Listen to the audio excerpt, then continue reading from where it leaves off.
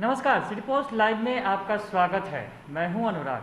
Corona की दूसरी लहर डरा रही है और इस लहर में सीएम नीतीश कुमार ने कुछ दिन पहले लोगों से अपील भी की थी कि शादी ब्याह ना करें, शादी ब्याह जहां तक संभव हो टाल दें।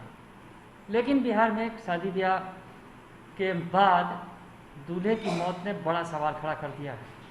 दूल्हा शादी के अगले दिन संक्रमित हो गया और उसके बाद उसकी मौत हो गई। दुल्हन के हाथों की मेहंदी भी नहीं छूटी थी और दूल्हा कोरोना संक्रमण का शिकार होकर चल बसा।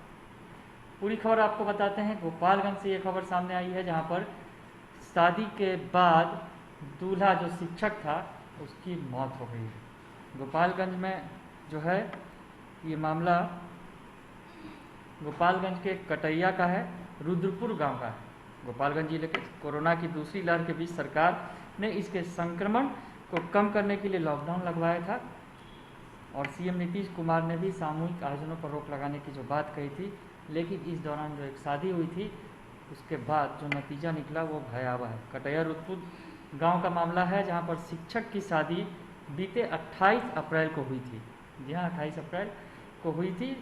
अभी शिक्षक के पत्नी के हाथों की मेहंदी भी नहीं छूटी थी, मेहंदी का रंग भी नहीं छूटा था कि कोरोना का संक्रमण जो है वो आ गया शिक्षक के ऊपर। अगले ही दिन शादी के बताया जा रहा है कि अगले ही दिन जो शिक्षक है वो कोरोना संक्रमण के शिकार हो गए और उसके बाद आज उनकी मौत हो गई है। तो रुद्रपुर गांव के निवासी स्वर्गीय रामचंद्र पांडे के जो छोटे लड़के हैं दुर्गेश पांडे, कटैया प्रखंड के ज्ञानेश्वरी हाई स्कूल गौरा बाजार में अतिथि शिक्षक के रूप में काम कर रहे थे। तो 28 अप्रैल को शादी हुई थी और 15 मई को दूल्हे की मौत हो गई।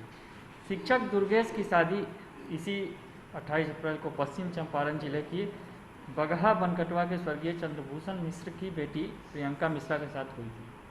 शादी के अगले दिन 29 अप्रैल को बारात वापस आ गई, लेकिन लौटते ही दूल्हे दुर्गेश पांडे को बुखार आने लगा। उनका इलाज कराने के लिए परिजन स्थानीय डॉक्टर के पास गए, फिर कोविड टेस्ट भी कराया गया। इसमें दुर्गेश की रिपोर्ट पॉजिटिव आ गई और साथ ही दुर्गेश की हालत भी गंभीर होती चली गई। तो उसके बाद हालात को देखते हुए 5 मई को परिजनों ने इलाज के लिए उन्हें गोरखपुर के एक निजी अस्पताल में भर्ती करवाया, लेकिन डॉक्टरों की लाख कोशिशों के बावजूद दुर्गेश को बचाया नहीं जा सका। इलाज के दौरान 15 मई को उनकी मौत हो गई और मौत के साथ ही पूरे गांव में सन्नाटा पसर गया। जी हाँ, शादी हुई थी धूमधाम के साथ। पत्नी ने अभी अपने पति को ठीक से देखा भी नहीं था। शादी के अगले ही दिन कोरोना संक्रमण की खबर मिली और उसके बाद पति का लगातार इलाज चल रहा था।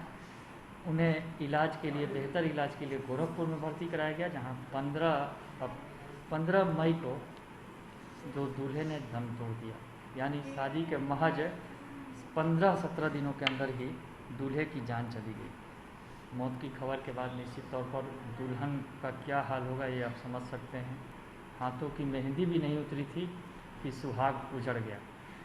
तो हम आपको ये खबर दिखा रहे हैं, तस्वीरें आप देख सकते हैं, दुल्हन की तस्वीरें हैं, दूल्हे की भी तस्वीर है। शिक्षक थे वो, धूमधाम से माता पिता ने शादी की थी, लेकिन शादी में कहीं ना कहीं संक्रमण जो है कोरोना का वो फैला और उसके बाद वो जानलेवा बन गया।